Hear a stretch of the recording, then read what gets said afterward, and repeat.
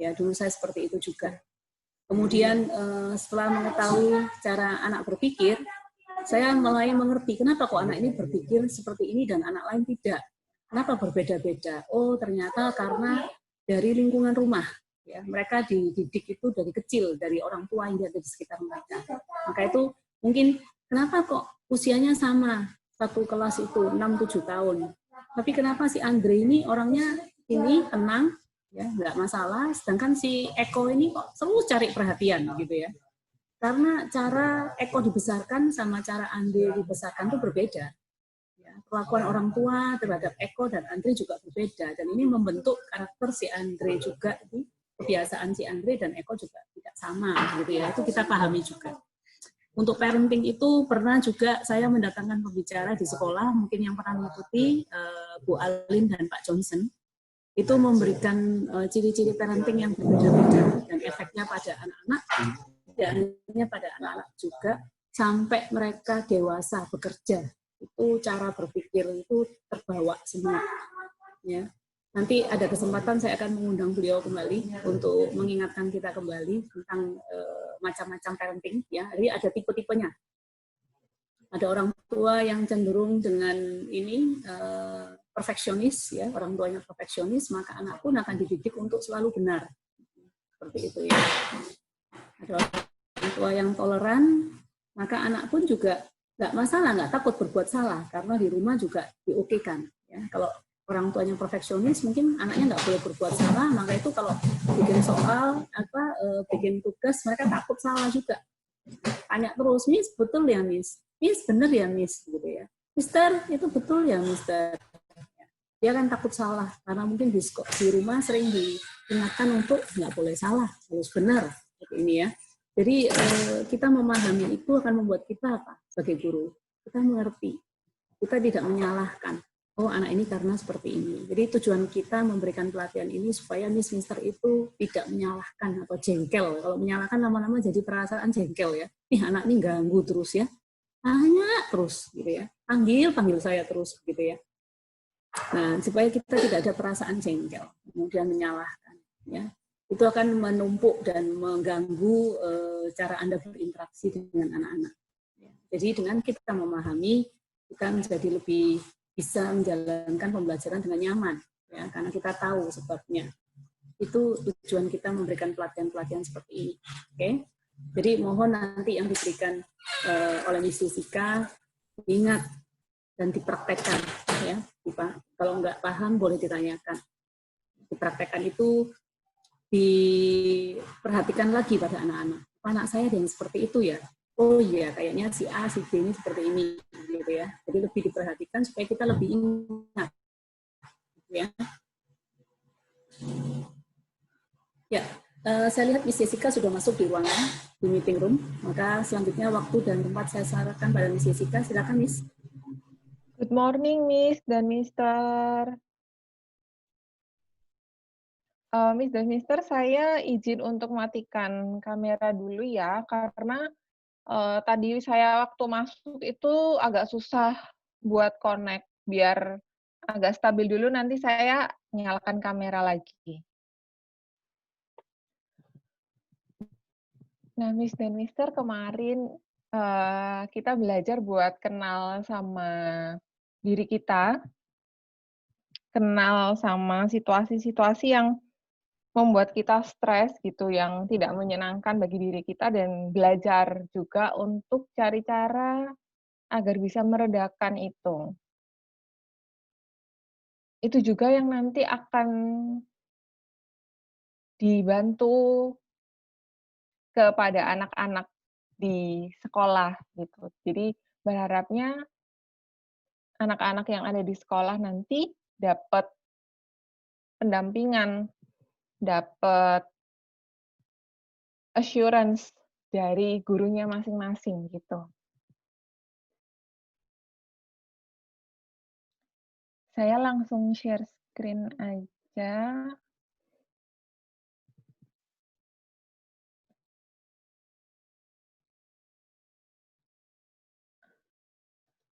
Minta tolong ke Miss Feli dong buat ini, buat allow saya buat share screen.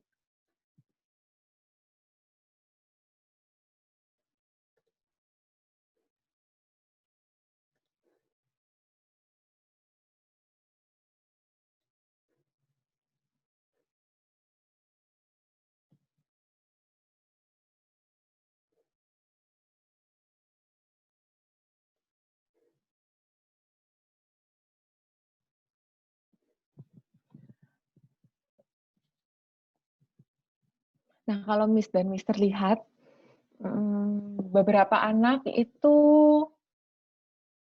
dilahirkan dengan kondisi yang menyenangkan gitu, atau beberapa anak itu juga dilahirkan dengan kondisi yang mereka itu lebih sensitif gitu. Oh, so sorry Miss dan Mister, ini ada lagu masuk nggak ya lagunya? Karena saya lagi muter lagu, dan saya tidak sadar kalau ini masih berjalan.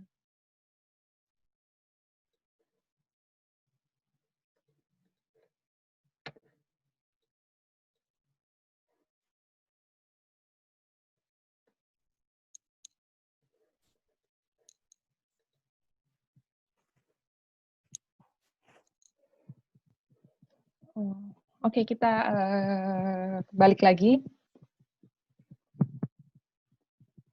Jadi ada beberapa anak yang memang dilahirkannya oke, gitu, puji Tuhan mereka punya regulasi diri atau mereka punya regulasi emosi yang bagus gitu. Mereka bisa ekspresikan emosinya dengan smooth keluar.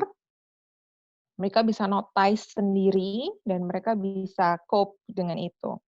Ketika mereka melihat atau menghadapi situasi yang kira-kira tidak menyenangkan atau situasinya ini challenging, mereka bisa gitu untuk berusaha menghadapi itu. Mungkin ya sedikit mungkin ada glitter-glitter gitu, sedikit wiggle. Setelah itu it's okay. Mereka bisa. Nah, yang kedua tipenya ada anak yang memang dilahirkan dengan anugerah yang lebih sensitif dari Tuhan gitu. Anaknya ini sense of survival-nya terlalu tinggi. Jadi dia terlihatnya mudah untuk cemas gitu. Nah, anak yang mudah cemas ini yang biasanya dinamakan anxiety gitu, anaknya anxious. Karena mereka merasa cemasnya berlebihan gitu. Yang perlu diketahui adalah anxiety ini akan ada gitu. Nah, ini akan ada pada setiap anak anxiety ini. Kalau kita lihat penjelasannya, anxiety itu adalah emosi. Salah satu jenis emosi, cirinya ada rasa tegang, jadi ada nervousnya, kemudian ada pikiran-pikiran yang khawatir, overthinking, dan ada perubahan secara fisik gitu. Jadi ada physical symptomnya. Pikiran-pikiran dan rasa khawatirnya itu akan terjadi berulang kali gitu. Jadi dia kepikiran, nanti kalau aku makan permen ini aku akan sakit ya. Jadi aku kalau makan permen aku akan sakit ya. Jadi permennya cuma dilihatin terus. Ada yang begitu. Ada juga yang kalau di sekolah mereka suka nggak ya sama aku? Kalau misalnya aku bicara, aku berbuat sesuatu, ini salah nggak ya? Mereka melihatku dengan tatapan mata yang aneh nggak ya?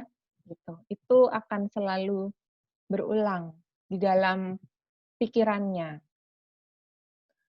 Nah, karena ada pikiran-pikiran yang berulang ini, mereka itu cenderungnya akan menghindar dari beberapa situasi yang membuat mereka ini merasa cemas gitu.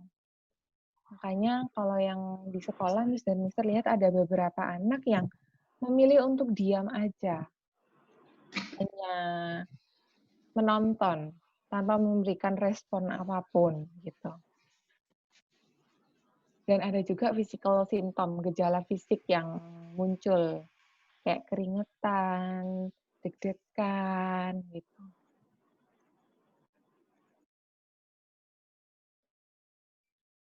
Prevalensinya, change-nya ada siswa yang mengalami anxiety itu 2 atau 3 dari 24 siswa yang ada di kelas. Itu diprediksikan mereka akan mengalami anxiety gitu di dalam kelas. Tentunya dengan tingkat keparahan yang berbeda-beda biasanya. Ada yang cuma sekedar malu, shy, ada yang sampai anxiety-nya agak parah gitu. Sedikit-sedikit perlu dibantu, tanya gurunya. Itu juga salah satu tanda bahwa siswanya sedang mengalami anxiety.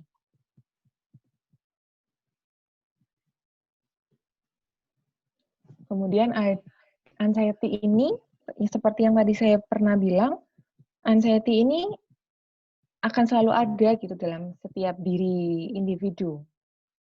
Pada anak-anak itu akan selalu ada. Nah, anxiety ini diperlukan sebenarnya karena dia bisa membuat si anak jadi lebih adaptif gitu. Cirinya apa? Kalau anxiety-nya ini adaptif, kalau si anak ini merasakan ada glitter gitu atau ada butterfly di tummy-nya. Jadi kayak kecemasan waktu mau menjelang tes, mau ST, mereka kepikiran nanti bisa nggak ya jawab ya gitu. Kemudian aware dengan situasi yang ada di lingkungannya, tahu sense of danger. Oh, orang ini kelihatannya akan berbuat sesuatu padaku. Itu dia sudah kemarin bisa. ada WhatsApp di XL itu siapa yang bawa XL? Gak dibaca. Coba tanya, oh gitu nggak dikasih tahu. Kok bisa sing depan nggak ngerti. Ya wis. Miss Jo, suara Anda masuk, Miss Jo. Miss Jo.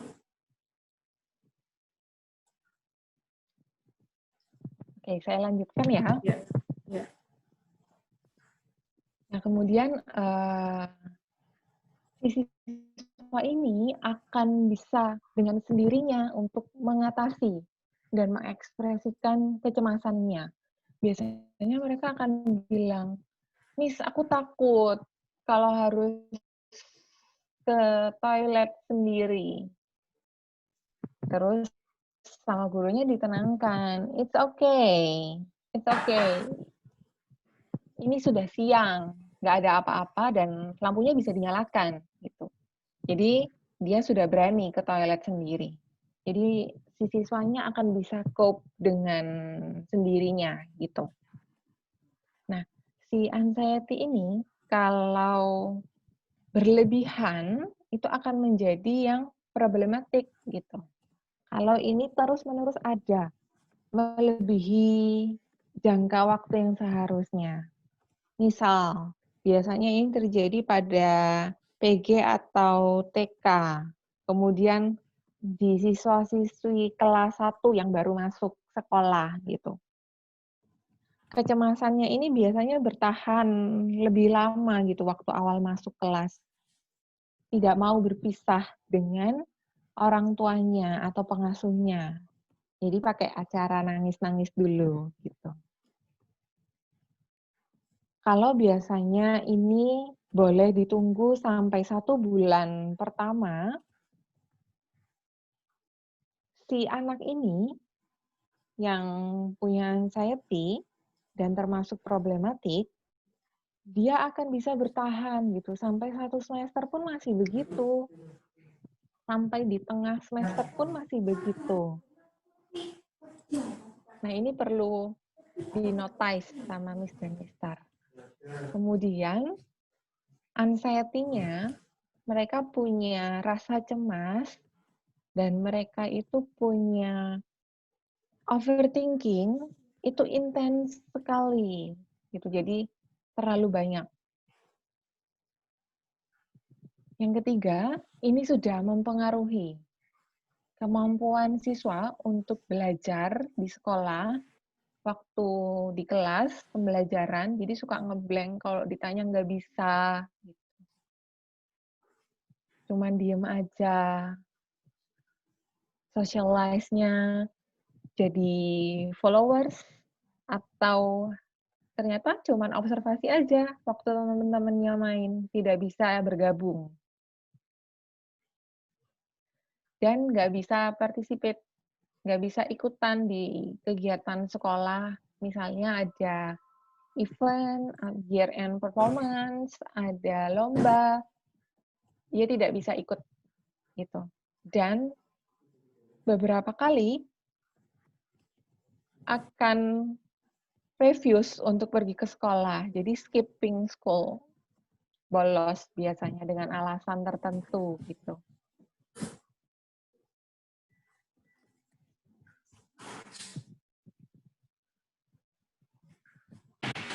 Yang perlu diingat, anxiety itu adalah respon yang natural gitu, yang adaptif, karena anak-anak harus aware kalau ini situasi yang berbahaya, ini situasi yang menekan, mengancam, saya harus tetap aman. Saya ini menjaga diri saya aman, makanya anxiety itu muncul gitu. Nah, anxiety ini akan selalu berkembang, jadi akan datang dan pergi gitu. Silih berganti dan akan ada terus. Jadi tiap tahun ya pasti akan ada gitu. Dengan nanti masalah yang berbeda-beda pada tiap tahun usianya gitu.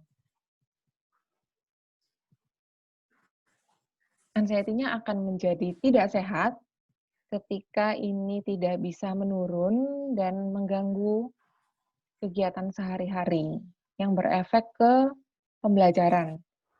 Sampai akhirnya kalau yang parah itu mereka akan skipping school dan nilainya biasanya turun, nilainya jelek gitu. Karena sewaktu tes atau exam itu, final test, mereka sudah nggak bisa mau mikir apa, mau jawab apa. Biasanya sudah ngeblank. Nah, bagaimana caranya kita tahu anak-anak di kelas kita itu ada yang anxiety? Ini yang pertama, yang selalu kelihatan itu adalah dari perilakunya. Anak-anak yang shy, yang suka malu-malu, itu biasanya mereka yang pendiam di kelas, jadi yang wajib untuk ditanya sama gurunya terlebih dahulu, baru mau buka mulut. Gitu. Kalau nggak ada stimulus, ya sudah dia akan diam aja. Temennya mungkin 1-2 orang terdekat dari tempat duduknya. Gitu. Terus ada anak yang clingy, jadi akan nempel terus ke Miss dan Mister.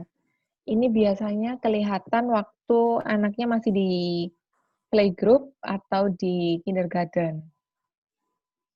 Jadi sukanya nempel, sandar, mau dipangku, minta digendong, minta dipeluk, gitu. Kemudian kalau di kelas, mereka biasanya suka nanya, Miss, is this right? Am I doing correct? Jadi dia akan selalu cari konfirmasi. Yang saya lakukan ini sudah benar atau belum? Gitu. Atau untuk kelas besar, biasanya mereka suka nanya materi. Mintanya dipandu satu-satu dari A, B, C, D, E, itu satu-satu sampai selesai. Agar tujuannya adalah nggak ada satu step pun yang salah, gitu. Ada yang bisa mengekspresikan ini dengan menangis, tantrum, terutama ketika ketemu situasi yang menimbulkan rasa cemas ini. Makanya kalau di playgroup, kindergarten, banyak anak-anak yang suka nangis waktu orang tua atau pengasuhnya itu mengantar, kemudian dia diserahkan ke pihak sekolah gitu. Suka nangis karena itu tidak nyaman mereka berpisah. Kemudian ada yang freeze atau mereka ngeblank. Jadi kalau ditanya nggak keluar jawabannya. Nggak keluar jawabannya ini ada dua option. Mereka memang memilih untuk silent, jadi mereka memilih untuk diam aja, atau yang kedua adalah karena rasa cemasnya yang semakin dominan, dia tidak bisa berpikir apapun gitu. Kayak mampet gitu, ngeblank banget. Itu bisa. Kemudian anaknya bisa mudah untuk terdistraksi. Jadi sulit untuk konsentrasi ketika ada di kelas. Biasanya kalau mereka ada di kelas itu, mereka akan lihat kanan kirinya. Teman-temannya ngerjain yang mana? Aku sudah sama atau belum ya? Gitu. Mereka mau konfirmasi yang mereka kerjakan ini sama atau enggak. Kemudian mereka suka ngelihat ke sekeliling kelas. Ini tempatnya safe buatku. Jadi mereka akan suka lihat keliling-keliling gitu. Kemudian akan lebih peka nanti sama adanya suara. Biasanya suara orang buka pintu, mereka akan selalu noleh, lihat siapa yang datang. Guruku atau orang lain, atau orang asing gitu. Ada yang suka moving around. Jadi karena mereka cemas, badannya akan secara otomatis kirim sinyal ke otak untuk bergerak. Jadi dia biasanya keliling gitu. Suka keliling, pergi ke meja teman si A, pergi ke meja teman si B gitu. Kemudian mereka tidak bisa diam kalau lagi duduk. Jadi wriggling terus kayak ngegelit kayak ulat bulu gitu di tempat duduknya. Mereka suka pegang-pegang jarinya, dibuat mainan jarinya biasanya goyangkan kaki gitu juga ada. Pak, coba mungkin Pak Jajun, Pak. Kemudian mereka ini tidak suka untuk dapat perhatian dari teman-teman kelasnya. Mereka nggak suka jadi pusat perhatian. Jadi biasanya kalau Miss dan Mister langsung meminta, coba dong, ayo contohkan ke depan. Coba sekarang yang baca dari tempatnya gitu. Mereka sudah langsung freeze gitu. Karena mereka nggak suka dapat perhatian dari teman-temannya. Biasanya mereka akan lebih suka kalau bisa duduknya di pojok aja gitu. Di pojok belakang, pojok depan oke. Di samping-samping deket tembok, itu akan membuat mereka merasa lebih nyaman. Yang paling parah itu adalah ketika mereka menolak untuk sekolah atau mereka bolos gitu. Perilakunya sampai mengeluarkan itu. Kemudian ada emosi. Untuk emosi ini, karena namanya anxiety, berarti mereka akan ada rasa khawatir, ada rasa takut, ada rasa malu, kemudian ada rasa bersalah, ada gugup, dan ini mereka nggak bisa kontrol.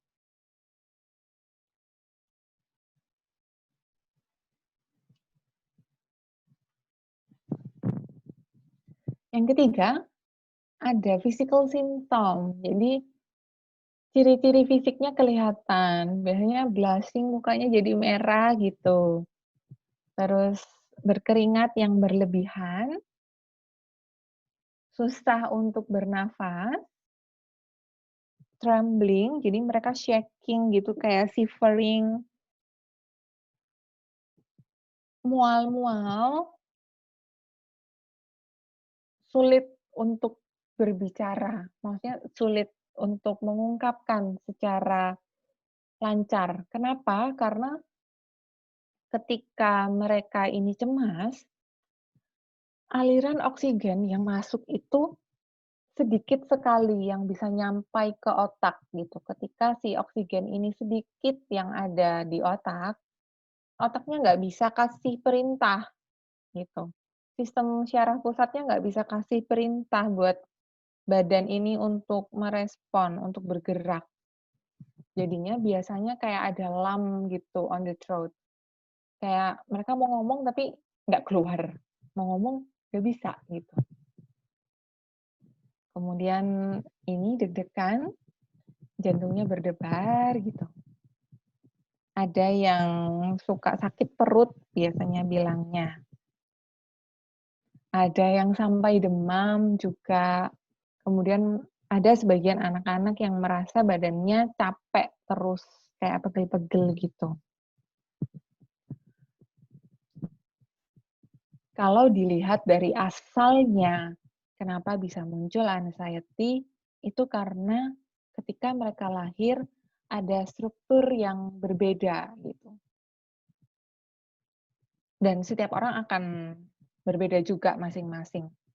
Karena ada struktur yang berbeda ketika kita lahir ini, terutama nanti ada di bagian otak, ini yang menyebabkan individunya, si anaknya, tidak bisa mengontrol respon yang dia keluarkan waktu dia menghadapi situasi cemasnya gitu. Jadi yang perlu Miss dan Mister perhatikan adalah mereka ini bukan maunya diem aja gitu. Mereka ini bukan maunya nanya terus. Mereka ini bukan maunya cari masalah, nambahin beban Miss dan Mister gitu. Tapi they can control it gitu. Mereka nggak bisa kontrol itu tuh ada di luar jangkauan mereka. Dan mereka masih anak-anak gitu. Jadi mereka masih berlatih untuk bisa regulasi rasa cemasnya. Ini masih diatur naik turunnya. Nah, yang bisa membantu mereka adalah Miss dan Mister, jadi partner co-regulation ketika ada di sekolah gitu. Kemudian yang perlu nanti kita sadari, atau biasanya kalau saya sih saya suka penasaran, mereka apa sih yang ditakutkan gitu, yang dicemaskan apa? Kita perlu tahu, mikir apa sih di dalam otaknya, di dalam pikirannya itu anak-anak ini kenapa kok mereka bisa sampai freeze gitu, kenapa mereka bisa nanya terus, kenapa mereka bisa selalu nangis kalau datang ke sekolah tiap pagi. Ini yang pertama, jadi anxiety ini ada tipenya gitu, secara umum. Ada yang mereka cemas karena mereka harus berpisah dengan figur yang membuat mereka nyaman. Biasanya figur orang tua gitu, dan ini sering terjadi pada anak-anak yang usianya kecil gitu. Tidak menutup kemungkinan ini akan terjadi pada anak yang usianya besar. Tapi yang saya amati sih di sekolah, ini biasanya terutama di Growing Kids, biasanya terjadinya pada anak kecil. Jadi yang di playgroup, kindergarten, dan grade 1.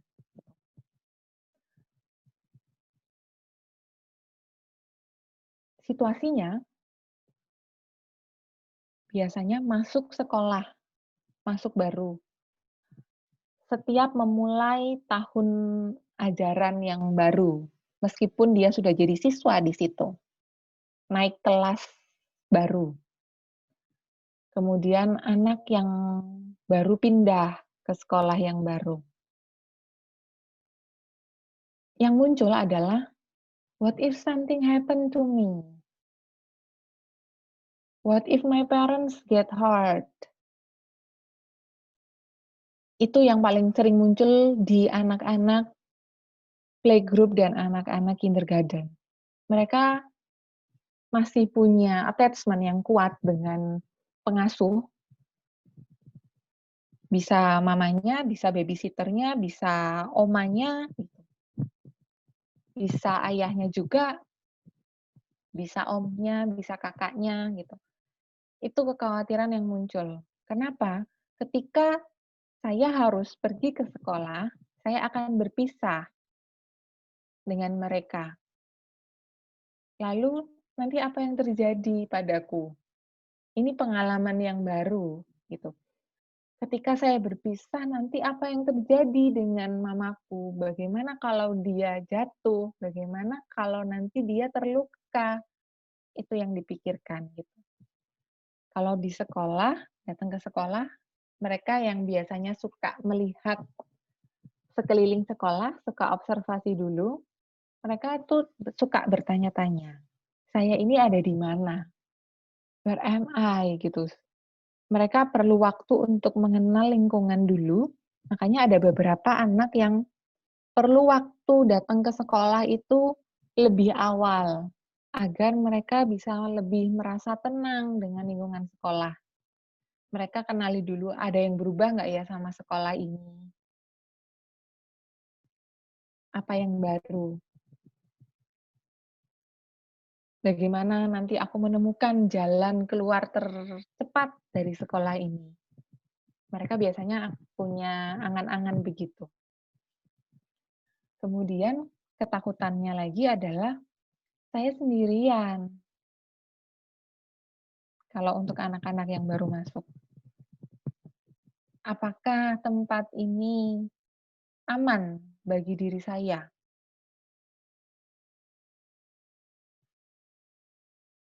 Mereka bisa menyakitiku. Ketakutannya biasanya pada stranger yang belum dikenal gitu. Apakah nanti mereka akan suka padaku? Ini beberapa contoh pikiran yang sering muncul pada anak-anak ketika mereka harus berpisah atau mereka harus masuk ke sekolah yang baru gitu. Yang kedua, itu ada di kecemasan sosial terkait dengan relasi pertemanan. Bisa nggak masuk atau join ke grup bersama teman-teman yang lain gitu. Kecemasan mereka itu bagaimana ya kalau nanti mereka nggak suka sama aku? Mereka akan menertawakanku. Mereka akan menolakku. Aku ditinggal sendirian. Mereka akan menyakitiku. Bagaimana kalau nanti dia marah sama aku? Ini biasanya mereka yang kesulitan untuk masuk ke dalam kelompok pertemanan, ini yang muncul gitu. Mereka tuh ragu-ragu. Saya join, enggak, maju, mundur gitu. Kemudian ada pikiran, mereka akan berpikir bahwa saya ini aneh, saya ini nerdy, weirdo gitu. Dia akan mengejekku atau dia akan menggodaku. Anak-anak yang punya kecemasan yang berlebih, itu mereka tidak suka kalau dapat teasing dari temennya, meskipun teman-temannya ini bercanda, tapi mereka nggak suka sebenarnya dikasih sorakan kan biasanya sama teman-temannya, gitu. Atau, ya gitu aja nggak bisa. Ada yang suka ngejek gitu. Padahal teman-temannya bermaksudnya kan bercanda, biasanya itu part of our communication, getting along sama teman-teman yang lain. Nah, buat anak yang anxiety, mereka lebih sensitif ke arah itu. Jadi mereka sudah ciut duluan. Terus untuk beberapa anak ada yang bilang, what if they take my toys or my food? This is my favorite toys. This is my favorite food. Mereka kesulitan untuk menolak biasanya. Jadi cuma diem dan merelakan itu diambil. Atau menangis tanpa bisa merebut kembali. Dan I don't have that new things. Kalau Miss dan Mister perhatikan, anak-anak ini kan trennya berubah-ubah. Ada yang hari ini trennya bawa unicorn. Besok akan bawa Cubic. Minggu depan akan bawa kartu Pokemon. Akan selalu berganti tren itu. Nah, anak-anak ini mereka punya pikiran yang berlebihan. Aku nggak punya benda baru itu, aku nggak bisa ngikutin, gitu. Selain itu, juga mereka cemas dengan penampilan fisik mereka. Mereka cemas kalau temennya badannya lebih besar. Perawakannya lebih besar, atau temennya ini secara fisik lebih oke. Itu akan membuat kecemasan gitu. Jadinya nanti mereka akan memberikan label lagi ke dirinya sendiri gitu. Yang ketiga, itu adalah kecemasan terkait dengan school performance.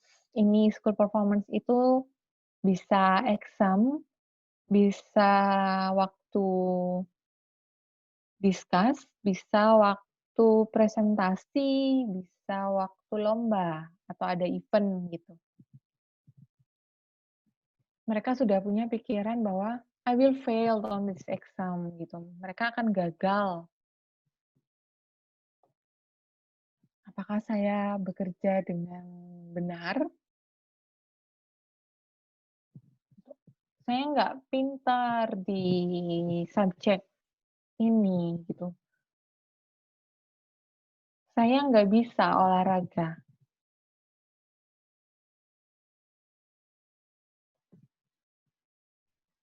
Saya nanti akan membuat diri saya sendiri malu gitu. Saya punya nilai yang jelek. Mereka nanti nggak suka sama kostum yang sudah saya pakai. Saya tidak bisa berbicara dengan lancar. Saya nggak bisa presentasi dengan oke. Saya terlambat lagi. Jadi ini beberapa contoh pikiran yang dimiliki sama anak-anak di situasi yang berbeda-beda gitu. Yang diharapkan ketika Miss dan Mister punya gambaran atau punya bayangan, anak-anak yang cemas itu seperti apa sih dan apa yang terjadi di dalam diri mereka, harapannya adalah Miss dan Mister bisa lebih memahami. Guru bisa memperpanjang range toleransinya agar bisa lebih sabar dan mau berusaha lebih ekstra juga untuk membantu siswa-siswi yang punya rasa cemas berlebih gitu. Toh di dalam satu kelas mungkin hanya 2 atau 3 anak yang butuh perhatian ekstra dari kita, gitu.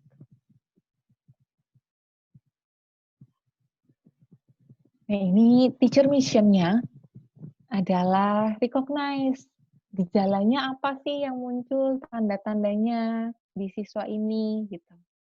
Jadi kita nanti bisa menentukan kapan waktu yang tepat untuk kita mulai pendekatan, untuk kita laporan ke orang tuanya, dan waktu yang tepat kita untuk menolong mereka, untuk assist mereka jadi partner co-regulation-nya, gitu.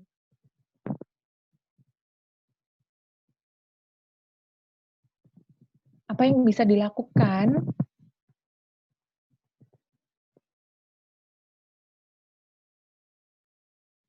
Yang pertama adalah listen, gitu.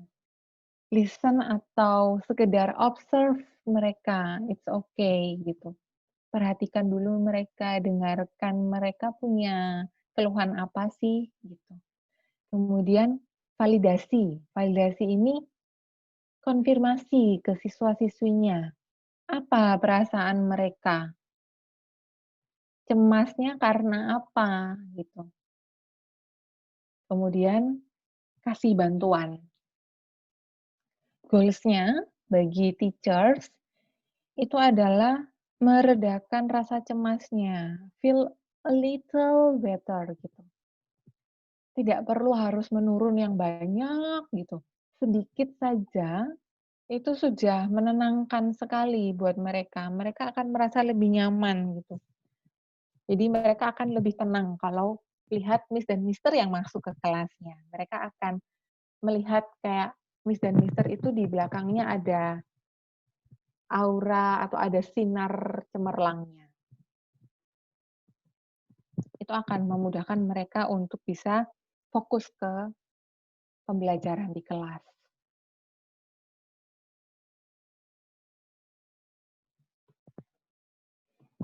Yang pertama, cara yang bisa dilakukan, ini akan membantu di tahap untuk listen dan validation gitu.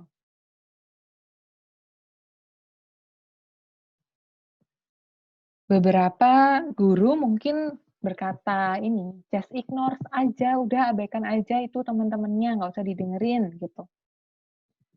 Calm down, tenang, tenang, it's okay, kamu bisa, kayak gitu. Terus, sudah, kamu bisa lupakan aja ini. It's okay, kamu nggak perlu khawatir tentang hal itu. Ini sebaiknya dihindari.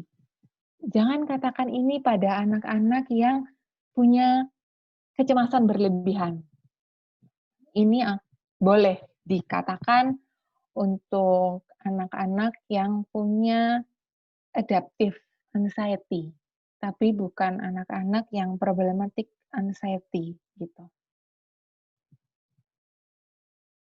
Kemudian jangan kasih leading untuk mengingatkan dia sama perasaan cemasnya. I hear that you really worry about the math exam. Kita ini menekankan dan menguatkan kepadanya bahwa nanti dia akan cemas gitu. Are you anxious about the science fair? Ini kita juga akan meliding dia untuk mengingat rasa cemasnya gitu. Sebaiknya ini dihindarin. Apa yang bisa kita lakukan? Kita perlu validasi gitu. Validasi perasaannya. I know you are worried about your friends. What are you thinking about it? Gitu. Jadi kita tinggal validasi aja, kita konfirmasi. Kamu cemasnya karena apa gitu. Jadi gurunya bisa bilang, saya paham, saya tahu kamu cemas karena tadi teman-temannya begini. Oh iya, kamu cemas ya karena nanti belum tahu akan satu kelompok dengan siapa di kelas. dilanjut aja gitu. Kita probing sedikit. Apa yang kamu pikirkan tentang belajar di dalam kelompok gitu? Apa yang kamu pikirkan tentang teman A? Itu akan membuat dia lebih merasa at ease dan mau untuk cerita lebih lanjut gitu. Kemudian kita juga bisa mendekati anak-anak ini dengan menyampaikan apa yang dulu pernah kita rasakan juga gitu. I did worry about raising my hands too when I am at your age gitu. Jadi kita berusaha refleksikan, oh Miss ini juga pernah loh merasakan hal yang sama gitu. Jadi kamu ini nggak sendirian, ada temennya gitu. Dan Miss dan Mister bisa ceritakan lebih lanjut gitu, apa yang Miss dan Mister lakukan sampai Miss berani untuk angkat tangan. Jadi dia bisa punya planning nantinya untuk berusaha mengatasi hal ini gitu. Atau kita bisa tanyakan aja gitu, kalau kita tahu anaknya ini memang pencemas sedikit kalau masuk ke kegiatan baru itu dia harus silent dulu, harus diem dulu. Untuk big project, event-event besar tertentu yang terjadi di sekolah, kita bisa tanya, "How's your feeling about science fair?" gitu. Selama kita tidak meliding dan tidak mengingatkan ke anak tentang perasaan cemasnya gitu. Jadi tanyakan aja, apa yang kamu rasakan? Atau apa yang kamu pikirkan tentang performance minggu depan gitu. Apa yang kamu rasakan tentang project buat besok? Waktu kita ngobrol ini sama anaknya, kita bisa ajak anaknya buat jalan bareng sama kita gitu. Misalnya sewaktu break atau sewaktu ada di kelas dan situasi yang mencemaskan itu terjadi, kita bisa ajak anaknya untuk keluar dulu dari situasi itu, keluar kelas gitu, ajak anaknya buat muter sekolah, pergi ke playground, kunjungin library, naik turun tangga, temani dulu anaknya sampai ya beberapa kali putaran atau sudah 10-15 menit gitu. Kita sudah bisa lihat ekspresi wajahnya mulai getting better. Kita sudah bisa mulai tanyakan tadi. Atau kita mulai konfirmasi perasaannya gitu. Tujuannya ngajak anak-anak ini jalan-jalan untuk memindahkan dia, mengeluarkan anak ini dari situasi yang membuat cemas. Karena kalau dia ada di situasi itu terus, cemasnya nggak akan bisa turun, gitu. Memberikan juga kesempatan bagi siswa ini untuk bercerita lebih detail sama kita. Dan ini akan menghabiskan energinya gitu, karena dia harus bergerak, dia harus jalan, itu akan menurunkan juga anxiety-nya gitu. Mungkin ini akan perlu waktu gitu, 10-15 menit ketika kita menemui anak dengan problematik anxiety. Ya, seenggaknya kita bisa spare time 10-15 menit untuk 1 atau 2 orang anak gitu. Dan saya yakin kalau di sekolah sebenarnya tidak banyak gitu. Tidak banyak anak yang punya problematik anxiety yang parah.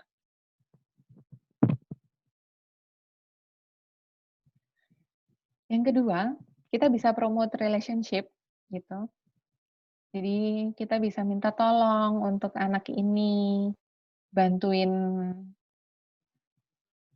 waktu di kelas gitu. Jadi dia bisa jadi asistennya guru-guru, bisa mengumpulkan tugas-tugas, bantuin nyiapin materi, bantuin bawain buku misalnya gitu.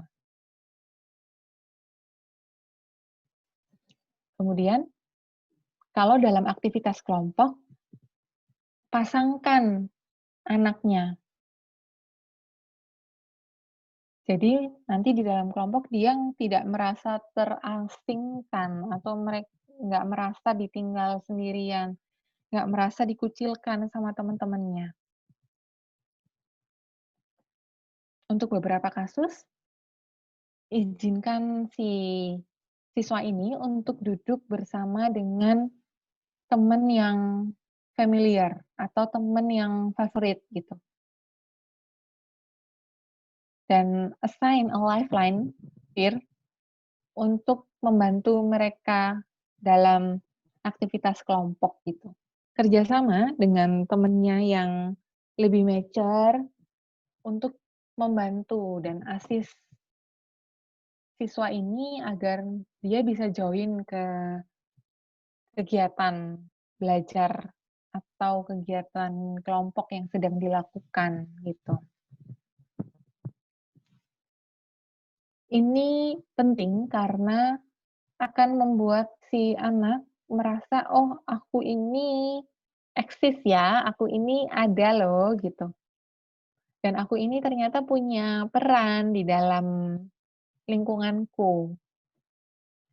Dan ini bisa meningkatkan self esteem-nya. Itu yang mau dicapai sebenarnya. Yang ketiga, untuk anak-anak yang cemas terkait dengan ujian biasanya.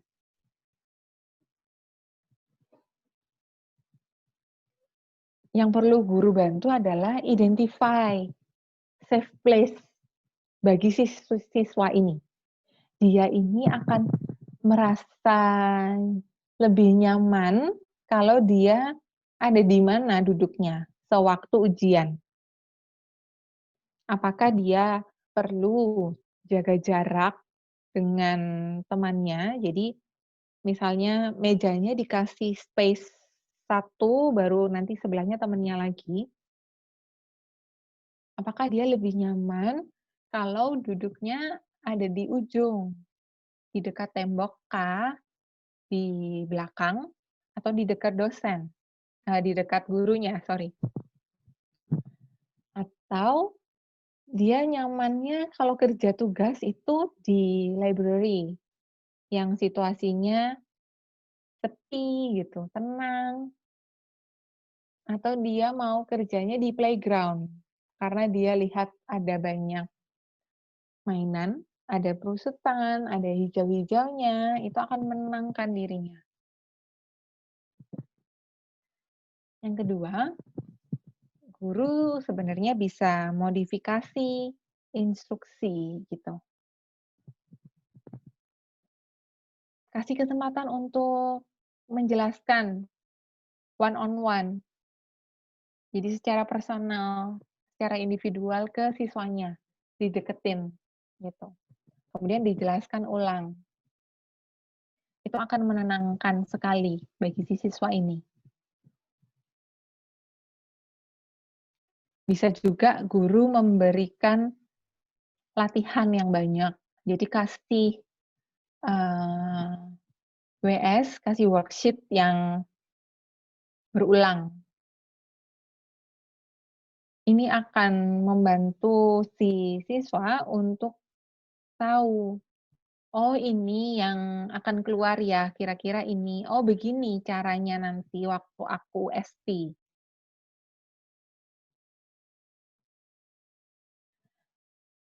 Untuk kasus tertentu, waktu pengerjaan itu bisa dihapus gitu. Misalnya, 1 kali ST itu waktunya 40 menit gitu. Khusus untuk si anak ini, kita nggak kasih waktu gitu. Jadi, boleh dikumpulkan nanti di akhir jam sekolah. Kemudian state, ungkapkan secara langsung bahwa tidak apa-apa untuk berbuat kesalahan.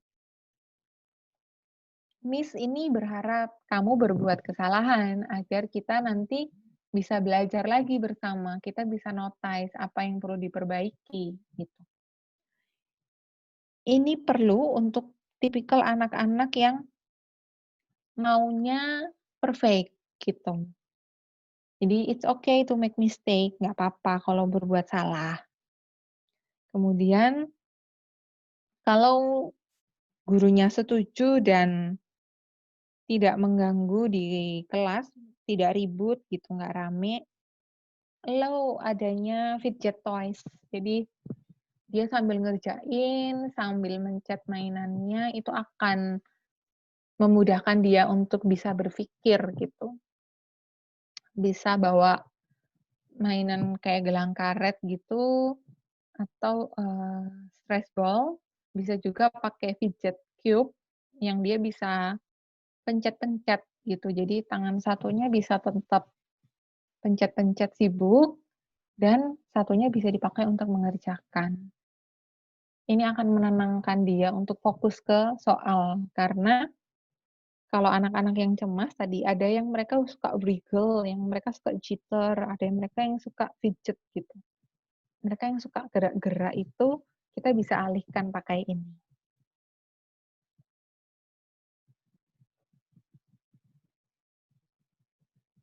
Yang keempat, itu kita bisa ajak anak-anak untuk latihan belly breathing yang kemarin, Miss dan Mister. Jadi kalau di belly breathing itu, si anak-anak biasanya targetnya hanya 4 detik aja. Kalau kita akan diperpanjang sampai 8 hitungan atau 8 detik, nah untuk anak-anak 4 aja gitu, karena mereka belum bisa menunggu dalam waktu yang lama. Jadi 4 itu sudah challenge biasanya.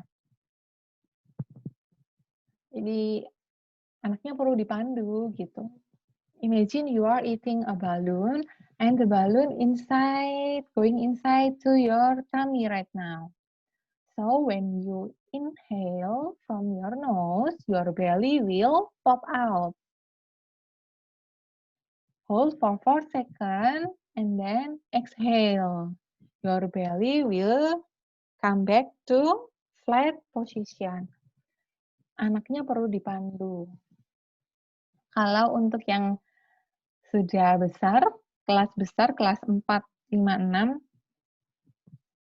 diajarin aja, nanti mereka bisa lakukan secara mandiri. Tapi untuk anak di kelas kecil, di SD kelas kecil, dan di kindergarten, mereka perlu didampingi sama kita gitu. Kita perlu cek bener nggak caranya gitu. Ini boleh diulang, kemudian biasanya dilakukan di awal mau memulai pembelajaran, di awal mau mulai ST, atau mau mulai ada perform sesuatu gitu, mau lomba misalnya, mau tampil ke depan, mau presentasi, ini bisa dilakukan dulu.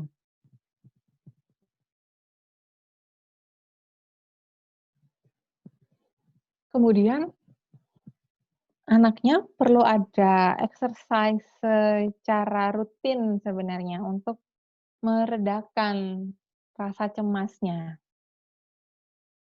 Anaknya bisa diajarkan gerakannya brain gym itu hanya 4 gerakan yang simple. Kemudian ada yoga kids. Ya, yoga kids ini pun cuman takes 5 minutes.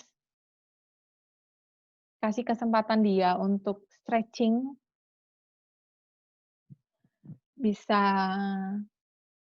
dengan ini, waktu jam mata pelajarannya PE, Physical Education, anaknya bisa diajarkan untuk stretching, jadi dia nanti bisa ulangi sendiri stretching-nya. Kalau dia merasa dia sudah cemas, gurunya tinggal ingatkan aja, kasih kode.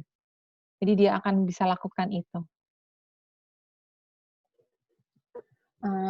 Ini saya coba untuk share yang yoga for kids. Bentar.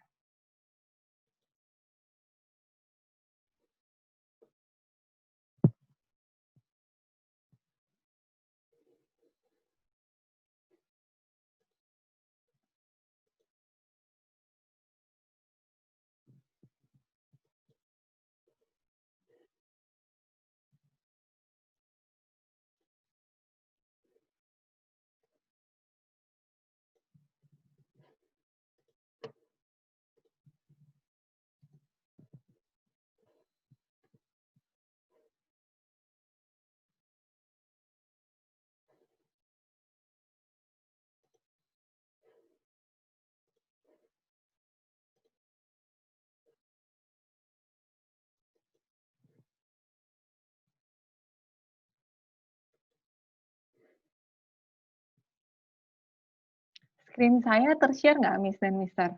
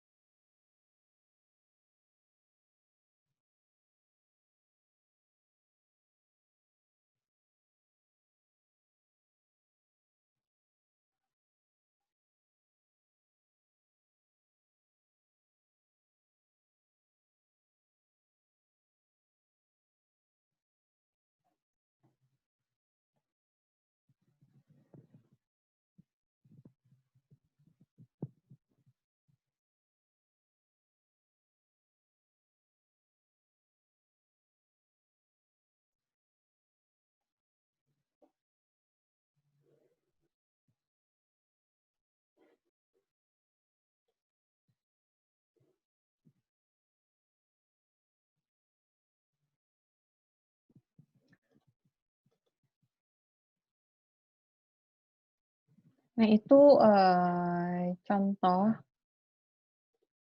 Nah, I will try. Harusnya kalau saya bisa connect YouTube, internet saya sudah oke.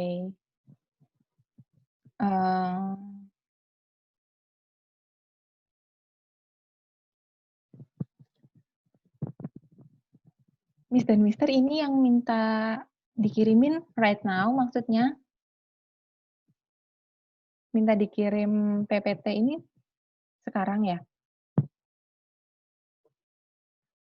Saya akan share ke grup WA ya. Nah, itu tadi contoh gitu untuk kita bisa membantu si anak ini untuk bergerak gitu. Nah, nanti juga bisa kerjasama sebenarnya sama Mister Agus sebagai guru PI, agar si anak-anak ini bisa stretch, bisa lakukan stretching-nya gitu, atau bisa dipandu untuk lakukan yoga kids-nya itu. Itu ada beberapa gerakan yang memang akan menenangkan gitu. Nah, untuk brain gym, kalau yang Miss dan Mister pernah tahu, ini banyak sekali sih sebenarnya di internet. Ada yang namanya PACE, jadi PACE. Jadi yang P itu kita feeling positif, kita biasanya akan, apa ini namanya, menggerakkan tangan ke depan dada begini. Ini untuk menarik yang sisi positifnya gitu. Kemudian nanti kita akan lakukan A itu aktif. Aktif itu adalah kita lakukan cross crawl. Kalau di PI, cross crawl itu biasanya bagian dari pemanasan yang gerakan menyilang. Jadi sikunya akan bertemu sama lutut. Bukan meninju seperti Mr. Fadal. Jadi si siku nanti akan ketemu sama lutut, ini dilakukan sambil berdiri. Jadi akan dilakukan cross crawl itu beberapa kali, itu akan bisa menenangkan. Kemudian yang C itu kita mau clear out the anxiety, itu ada brain button, tangan kanan itu akan pegang di area tulang ini, tulang selangka ini. Kalau Miss dan Mister pegang tulangnya masing-masing, itu ada yang bagian tulang keras kan, yang bentuknya V. Ada bentuknya V di sini.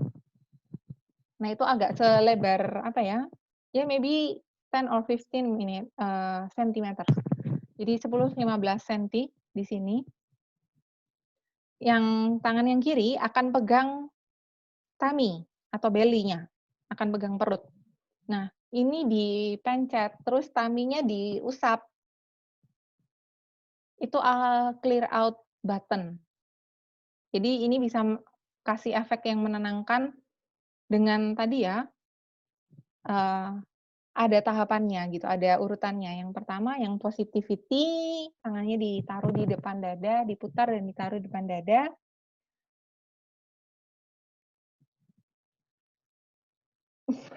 Saya pengen ketawa lihat Mr. Fadal.